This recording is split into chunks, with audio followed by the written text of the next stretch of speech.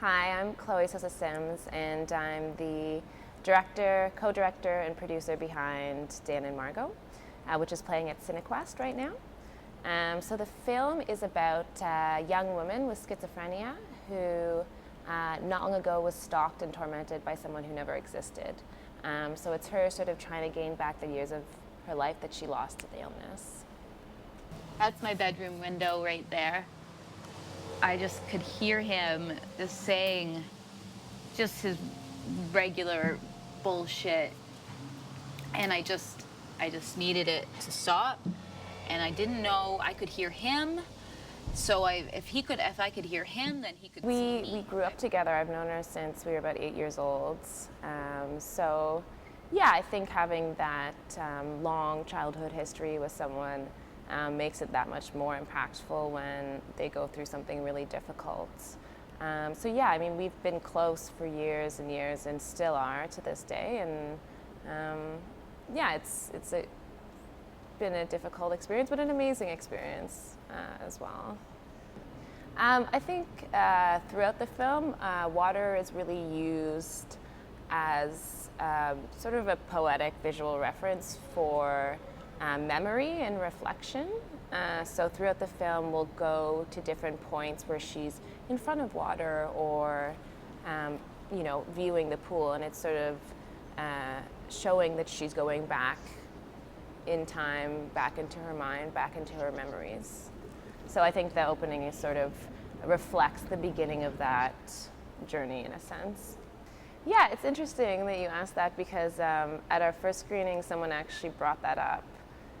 They asked the question about, is Margot supposed to be drinking on her medication, and is this really helping her recovery? And I do think it's partially self-medication, but I think what something that people tend to overlook is that drinking is just a huge part of our culture, especially amongst our age group. We're in our late 20s, and it's to put sort of responsibility on Margot as opposed to looking at sort of our generation and how much sort of binge drinking has become a part of our culture would be inaccurate. So Margot, unfortunately, I don't know if drinking is always the best thing for her illness and her recovery and to mix on medication, but it's part of our unfortunately our friends, our the way that we socialize. And I think she's definitely, it's something that she has to work on. It's something we all have to work on. And I think she's, as we age, as we mature, we're all getting a bit better at dealing with that. And she's definitely included in that. Yeah, I mean, I think the nice thing about that scene for me is that it's right after she has that session with her therapist. And she really sort of comes to terms, like she walks into the scene sort of happy-go-lucky, and then she kind of just falls apart, and you really see that she's really struggling with the alcohol abuse aspect of her situation. And I think the scene when she's sitting there is sort of her having this sort of existential crisis of, I need to grow up. What am I still doing with my life? And I think we all have that sort of feelings of judgment, and I think the angel is sort of the angel of judgment in a way. It's reconfirming her sort of feelings of guilt in terms of the way that she's living her life. Yeah, I mean, it's something we had played with as soon as we started editing. We just thought it would help to bring the audience more into what it would be like to have a psychotic episode. And then in post-production with our sound guys, we really tried to refine that sound to make it present but very subtle. I still, when I hear it now, it unnerves me a little bit, and I think maybe that's what it's supposed to do. So it still makes me a little uncomfortable, but I think maybe that's what it's supposed to do for any audience member. I don't even know if when my doctors and nurses told me I had schizophrenia, if it even registered. I was scared, and I just really needed people to talk to and help me. I went on medication, antidepressants, and then antipsychotic drugs as well. That caused me to really balloon up and gain a lot of weight. And so not only did I lose, I suppose, my mental identity, but I also lost my physical identity as well. Not being able to look in the mirror and even recognize who you are, and then thinking a totally different way and not thinking how you normally think. Just, it's a lot going on. I had met with Sarah Finn, who's the artist, more just out of someone had suggested that we meet. And I just thought she was so interesting and so smart and really talented. I started looking at her comic books, and I was like, this would be so cool to integrate it in the film, but I wanted it to come naturally. So I think, excuse me, I think for me it was sort of a self-reflexive thing. Like, she had come into the film at the point where Margot was looking to reach out to people with schizophrenia. So she was sort of bringing color to Margot's journey and creating a new way of seeing Margot's journey. And I think that's a big part of the film, is bringing in different people's point of views at different points. Like, you have the friends and the family, and then you had the point of view of someone else with schizoaffective disorder, sort of creating color to Margot's experiences, which I think in a way helps to sort of fulfill Margot's journey. For me, the climax of the film is at the end, which we sort of call the exorcism, where she's down by the water, and I feel like that's like the one scene where she fully just lets go and talks about, you know, why this happened, and really gets the closest to coming to terms with what happened. I think throughout the whole film she's dealing with it, but I think that's the moment where you're like, okay, she's kind of ready to move on with her life. So you're gonna be drawing like some of the, I guess, the past. Can I see some of your books? Yeah, sure.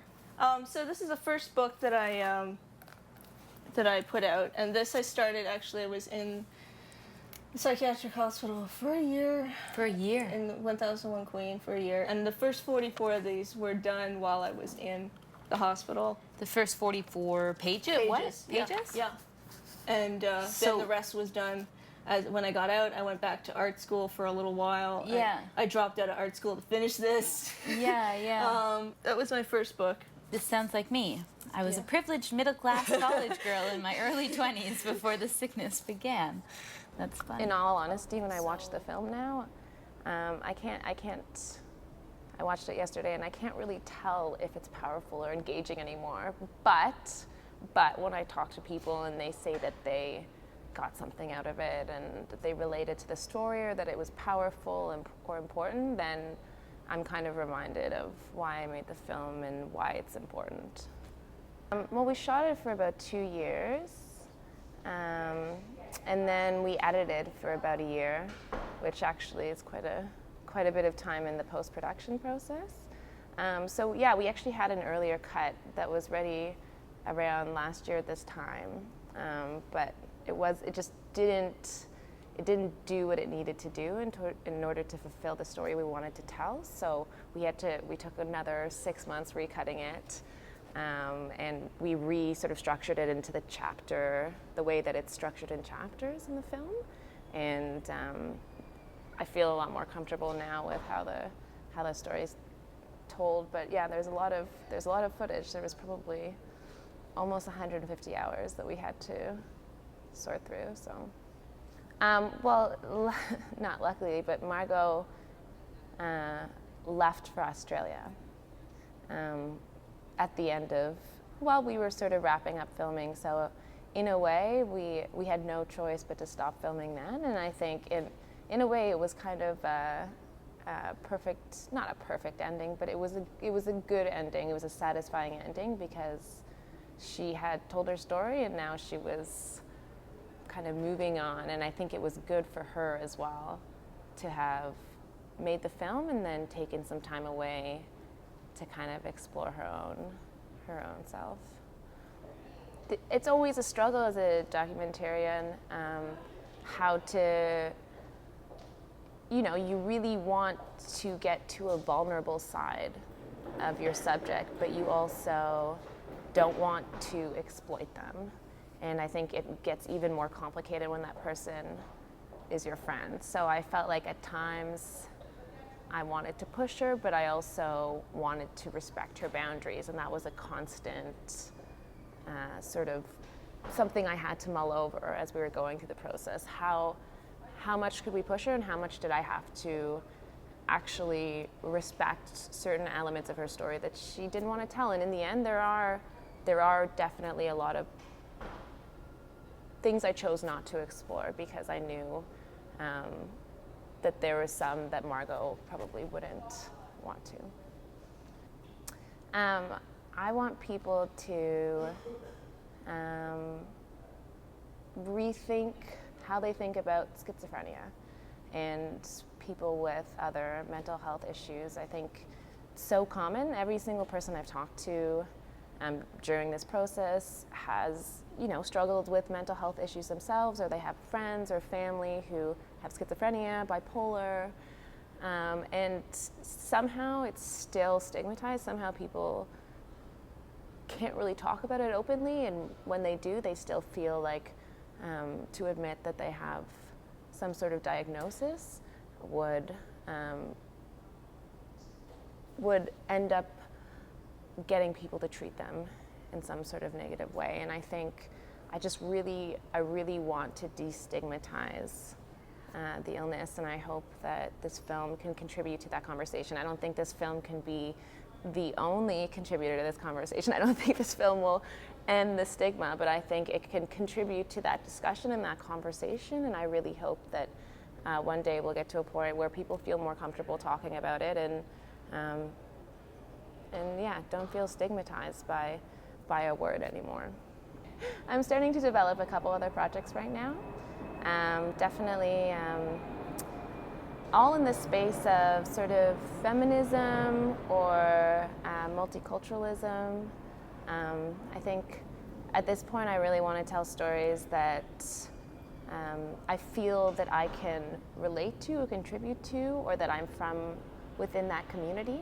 I think right now, for whatever reason, maybe with fourth wave feminism becoming so predominant in the media, and my association with this group, Film Fatales, which is a network of female filmmakers, it's really sort of something that's on my mind and something I want to explore. And then I'm from a mixed race family, and there's a new story that's kind of come to my attention that I want to explore. So yeah, I'm excited.